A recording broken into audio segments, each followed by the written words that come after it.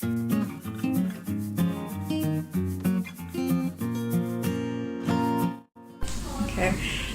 What is your favorite quote? Okay, so it really links very well to many of the things we discussed. So Einstein had this quote that science is a wonderful thing unless one has to make his living with it. Yeah. And so science is at the core. It's a brilliant, exciting, wonderful thing. Mm-hmm. But when it's your profession, then you have to deal with all the politics all the politics around it, and the things that are making it not so nice. Mm-hmm. Okay. If you were to have dinner with 3 people, dead or alive, it can be 3 different dinners, of course. Who would there be? So one person. Okay, so there are probably several people, but if I had to choose 3, so these are people that I actually read their biography, and I still have open questions. Okay. So one was Theodore Roosevelt, who simply impressed me as a very, very interesting person, and absolutely. When I finished his biography, I was actually a little bit overwhelmed, and this is usually what happens when you read a biography of a person who's bigger than life, mm-hmm. Somebody that you just feel so small and simple, and mm-hmm. So this would be one person. He was just probably a brilliant, highly educated. Just very, very interesting person. Mm-hmm. The other person would probably be Boltzmann. In his case, I think what's really interesting is the fact that he killed himself even though he made at least one of the most significant contributions to modern science. His contribution is not just brilliant, but its significance is just amazing. So it's a little bit, and he killed himself so close to when his contribution became accepted as, and so just trying to understand what was going on there, and it's also I think. People don't talk much about it. Most people probably don't end up with such dramatic events. But again, science is tricky in the sense that it's not just about doing science, because you have to do new science, right? As a child, you just do science, and you don't care that you do exactly the same science. You do science. You learn the exact same science that everybody else knows, and this is just enough. Mm-hmm. But a scientific career has to be new. It has to be extraordinary. And it has to be extraordinary. And I think this is one of those challenges of, how do you do something which is truly extraordinary and new, but still recognized by people, so this would be probably my second choice. The third choice would probably be an Israeli author who died also, Shai Agnon. I read, I think, most of his books.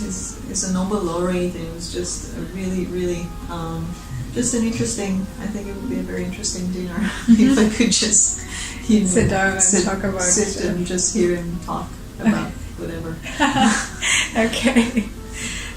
How do you keep yourself motivated? Okay, so one of the nice things about a scientific career is that you have to reinvent yourself all the time, and you have to come up with new topics and new ideas. And I like this. What keeps me motivated is the fact that I have managed over the years to build enough confidence that maybe not all of my projects would succeed, but that I can succeed. And then there is the next phase of, okay, now I clean up my desk and now I sit down and I look for something new. And so this looking into the next new thing is always very, very refreshing. So on one level you have okay, I did something substantial. I'm happy about it. I always take pleasure in the fact that I know that I have graduate students that studied or worked with me, and I'm in touch with many of them, and I know that they do well. So I have this, okay, this is something substantial that I did as well. So I think this balance between, okay, I did substantial things, but I also have the opportunity to do more substantial things, new things and exciting things. At the end, this is this is what gives you keeps you going. I think at the beginning, when you don't have this confidence, this is the tough part of your career, because you don't know if all the where effort you stand. all the effort and all the work is really worth it. But it's what you do is just do it for the sake of doing, and there's no payoff to there's no real impact, and so I think once you get across this threshold, that you can look back in the sense that you know that the effort is meaningful, and there are two meanings. One meaning, or one purpose is contributing to the training of the students, and the other one is that the work that you do is actually used in some way or the other. Okay, all right. That's a brilliant answer. Wow, that is actually true as well. Yeah, to see where you have got so far, and then to see in the future where you will be. It's like climbing a mountain. You're sweating, you're tired. You look back, you say, "Oh wow, I've done so much." Yeah. So yeah, there's still a long way to go. I can do it. But I can do it. It's I think it's generally true in life, and that's the reason why the beginning is really tough. But you can't learn from other people's experience. People tell you it's going to be tough, but it's going to be okay.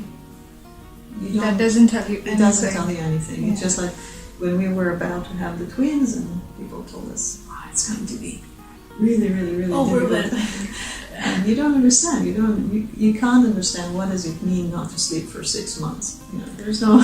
Oh my God. So it's the same thing with research. I mean, as long as you don't go through all the agony and all the disappointments and all the, But once you went through that, and this is usually one of the things that I try to do with my students, and this is one of the first things that we discuss, why this minimal level of optimism is a must, because otherwise you just lose it. You just can't move forward anymore. And some brilliant students, really clever students, this is where they get lost, because they don't have the breath to move on from just the first paper, just the second paper, just to be there, that they can look back and say, okay, I did it. It was hard, but I did it. I mean, there were all these uncertainties, and it was the first time that it was done, so nobody could guarantee that it would succeed, and there were so many things that could go wrong. But yeah, I did it. And maybe the next time I will fail, maybe the next time I will succeed, but there's this balance of some success and some failure. So you need that optimism too. You need that determination. It's not just determination, but determination and this optimism just to get going, just enough. But it really, really, really, like, I think, climbing mountain. That's the reason why climbing a mountain is my preferred choice over spending time on the beach. Okay, climbing a mountain. Climbing a mountain. Okay. Okay, Yael, we are at the end of the 42 questions. And the 42nd question is, what would you like to ask me? So probably the natural thing to ask is, why did you embark on this project? The science communication. Subscribe to the Science Talk to get your dose of science today. Thank you, Yael.